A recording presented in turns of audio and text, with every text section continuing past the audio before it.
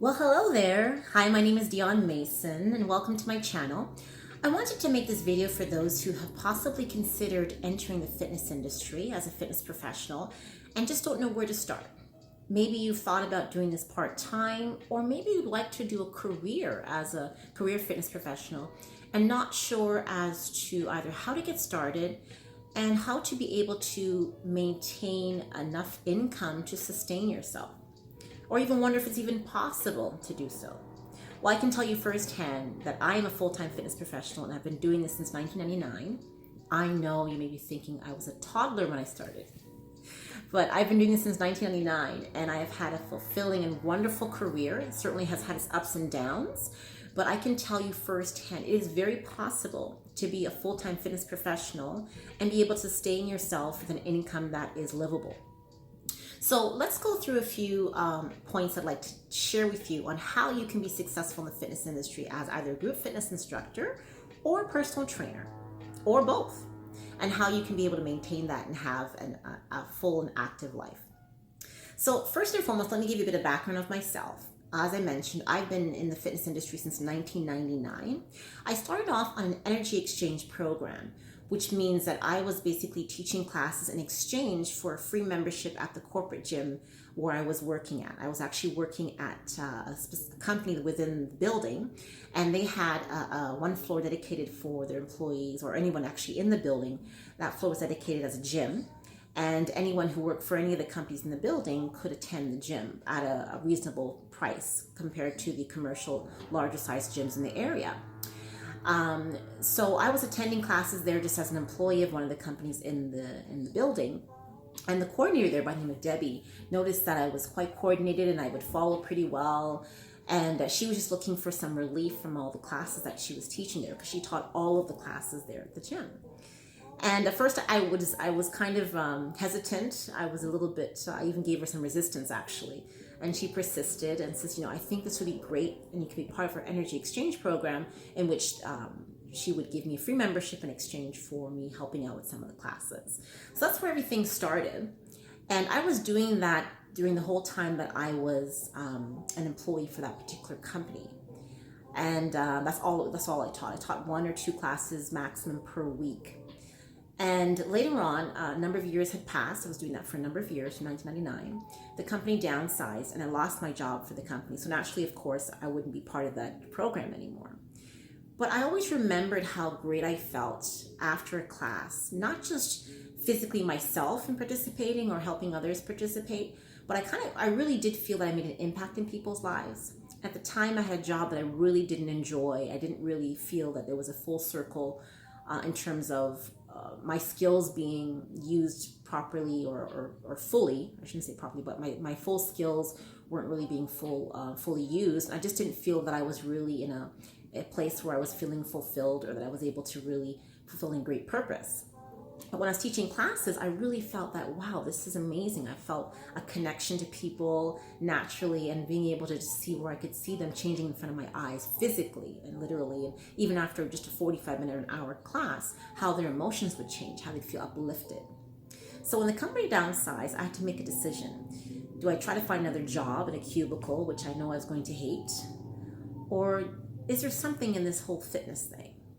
So I wanted to talk to you about how I took that initial energy exchange, which was just for a free membership, and made a career. And I'm going to give you some tips on how you too can do so. So step 1, education. So important in any industry, any career that you want to pursue, that you ensure that you have the knowledge and gain the skills for you to be successful. So I'm going to talk a little bit about the spectrum of education that you can get, from the least amount that you would need to get started as a fitness professional to more education that you may want to go into if you decide to expand beyond just teaching classes and doing one-on-one trainings. So step 1, what I did was I wanted to do more. So I investigated and found that there's an organization called CanFit Pro, which if you've been following me, you know that I've been quite involved with them, and I've also received a number of awards from them as well, which stands for Canadian Fitness Professionals. And they're the largest certifying body in Canada that gives training and certification for those who'd like to pursue a career, whether part or full-time, in fitness. So I'd recommend that that would be the least that you need, would be a certification program through either CanFit Pro, which is the Canadian body that issues certifications for fitness, or there's the American version, or which is also recognized internationally, which would be AFA or ACE. So that would be your foundation, is to get a certification in fitness. Now, if you decide that, I might want to expand beyond teaching classes and personal training, maybe you want to go into rehabilitation services, or you may want to manage a program in a gym or a club of some sort, or you may want to just have more options, but stay within the realm of health and fitness. Then you could look into getting programs, certifications or diplomas in human kinetics. And you can get that through your local community college, or you can get your degree in kinesiology through university. So that would be from a certification program through CanFit Pro, ACE, or AFA.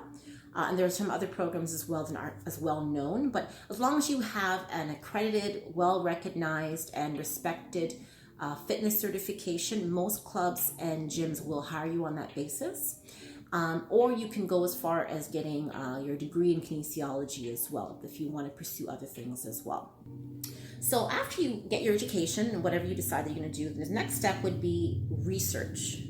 So what I did was I wanted to research, okay, well, what are the types of classes, or what are the types of demands in your area, or in my area at the time, what people may want. Now, before you go out there and put your resume out, it's also important for you to attend a lot of classes. Ideally, as they say, the expression goes, is that you want to look for the people that have the results that you want, and then align yourself, or check those people out to see what they're doing. But I recommend not just going to the classes of the most popular instructors, or people who may have a lot of accolades and what have you. Also attend classes of instructors that may not be as well versed or new, because you're going to learn from both. You're going to learn from the best of the best, absolutely. They're going to be on point, probably never make a mistake in their language, their cueing is on point, what have you. But then people who are also not as well-versed, you oftentimes will learn things from them that you're like, oh, I like that, or, oh, I would never do that. So you want to learn as much as you possibly can. So attend as many classes as you possibly can in your area. As well as the fact that attend a variety of classes. So don't just, you love spinning, great. But maybe you may discover that you may have a skill set in boot camps or in HIIT training or what have you. So attend a variety of different classes just to see what you feel comfortable in and where you could see yourself. And also to be honest with yourself, like, you may really want to teach a dance fitness class, but if you can't catch the beat, maybe, it's better to explore other types of formats. So attend lots of classes and see what you feel really comfortable in, because you just can't, you can try to fake sincerity, you can try to fake comfort, and that will certainly come with practice and preparation. But you want to also just feel like, this is me, this speaks to me, and people will feel that through you as well. Step 3 is mentorship. Find a mentor. Mentorship is so important. Now let me make very clear the difference between a mentor and just someone that you admire. Like, there's many people that follow me, for example, on Instagram or various social media platforms, and they'll tell me, oh, Dion, you inspire me, and I'm great if I do. But that alone is not going to necessarily help you in your career, because a mentor is someone that's going to be able to look at you, look at what you're doing, and give you feedback. However, if you're asking someone to do that for you, you have to be willing to do something for them first. So now, all of my mentors, I've always been the one to approach them and say, this is my path, this is what I'm trying to do. What can I give you, or what can I offer you, just to be able to be around you and learn, and perhaps if there's anything that you see that you can offer me in terms of advice, much appreciated. But be the one to initiate an energy exchange. So for example, if there is an instructor that you admire or a personal trainer that you admire, maybe you can offer and say, could I help you prepare with something? Or if there's an event that they're hosting, can I volunteer at the event? Find out what they might need and be able to offer something to them. as opposed to just sending somebody a message and then asking them a bunch of questions, expecting that person to sit down for hours to respond to you is not always the best approach, in my opinion. Like I've always offered something, volunteered for them, or many times you're going to have to pay for their services if they are a professional mentor, professional coach, which I've done as well and found great value out of that. But it's very important to find a mentor, particularly within this field, that you can shadow and that can give you feedback and help you. And they can also give you some connections. If they see that you're good, then they're likely going to contact you and says, you know what, I'm going on vacation. Can you maybe help sub my class? So that's also another good reason to have a mentor, and be able to network in that respect, is to be able to have opportunities open up for you. So the next step in terms of how to be successful in the fitness industry, whether it's group fitness or personal training, is diversify. The more that you learn in terms of different modalities, and the more diverse offerings that you can give, is the more that you have longevity. So I know some people that they only teach spinning. Okay, but there may be, I've been in studios where I started off teaching spinning, and then they decided the program wasn't working. Now, if I didn't have anything else to offer, I wouldn't be working there anymore. But because I was able to, I have a very diverse palette of modalities that I offer, I could easily say, no problem, how about this? I can do this format, I can do that format. So it's very important to learn different formats that you're comfortable with, of course. Again, if you're not rhythmic, maybe a step class is not your thing, but if you are able to learn different modalities that have to do with strength conditioning, cardio, flexibility, what have you, that way you're able to be more, you're accessible, and clubs love that. They love that when you're able to offer more than just one modality. Another thing too is, besides group fitness and personal training, in diversification, diversify in terms of just what you offer to your client base. Are you able to maybe offer some nutritional counseling? Are you able to offer meal planning? Perhaps you're able to organize events and you're able to generate some income from that. Maybe you're able to offer some sort of supplementation, so be able to offer more than just one thing, like teaching classes or personal training. Because one thing too is that your body is your most powerful asset. And I find that, again, I've been doing this since 1999, and I've still been going strong, but I know a lot of instructors that all they did was teach classes, and they taught a crazy number of classes a day, and they physically were involved. Like, they would do the class with the participants, and their career ended after like a year because they blew their Achilles and that was it. So understand that your body is so important, that you protect your body. So if you're able to offer things to people that isn't so taxing on your body, because realistically nobody can sustain doing 5-6 classes a day and where you're physically actually doing the classes with the clients. You're not going to last too long in the industry. So you have to make sure that you're able to offer things that are more coaching involved. So personal training is definitely a coaching coaching modality, as well as there may be other things that you can offer that doesn't put so much strain on your body, and that you can last longer in the industry and be able to give people various different offerings.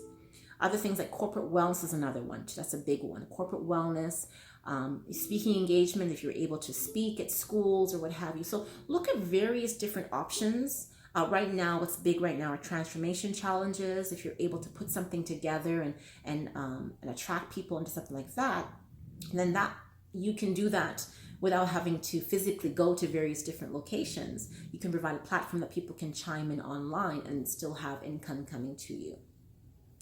So those are the main areas. So education, make sure you research, attend classes, not just the best and the most popular instructors, but various different types of styles, because you'll learn from everyone. Get a mentor. And that's not just stalking somebody on social media, but actually someone that you can reach out to. And I've often said to people, reach out to me. Sure, I'm always happy to mentor people as well. So you can feel free to reach out to me if you like as well. But be willing to give something to get something, right? So be willing to maybe offer yourself to help them, or if they are a career mentor, they may charge for their fees, and that's fair as well. They oftentimes do, as I've experienced. Diversify. Make sure you have various different modalities that you can offer and bring to the table, and that will keep you marketable. And the one thing that you can't really learn, but you will come with experience and wisdom, is you really have to love people. You can't really fake being passionate and really caring about people. And understand that in this particular business, being a group fitness instructor, personal trainer, in itself may not make you wealthy unless you develop your own particular brand, like the Shaun T's and the Jane Fondas and the Billy Blanks of the world have done so. And that may be an area that you will explore and try to figure out, okay, how do I do what they've done and get my own brand and sell big butts? And that's something that you can do. I'm more speaking to people that would like to make this a career where they have a reasonable income and they're able to do what they love and be able to maintain a roof over their head. Like, I live well. I'm able to take vacations, and I'm not rich, but I live a very fulfilled and happy life, and be able to do so just as a full-time fitness instructor and personal trainer, as well as many other projects that I do. And I absolutely love what I do. So I hope that this has been some insight for you. Feel free to leave comments. If you have any additional questions, please feel free to do so at the end of the video. And until we speak again, be blessed and have a fantastic and wonderful day.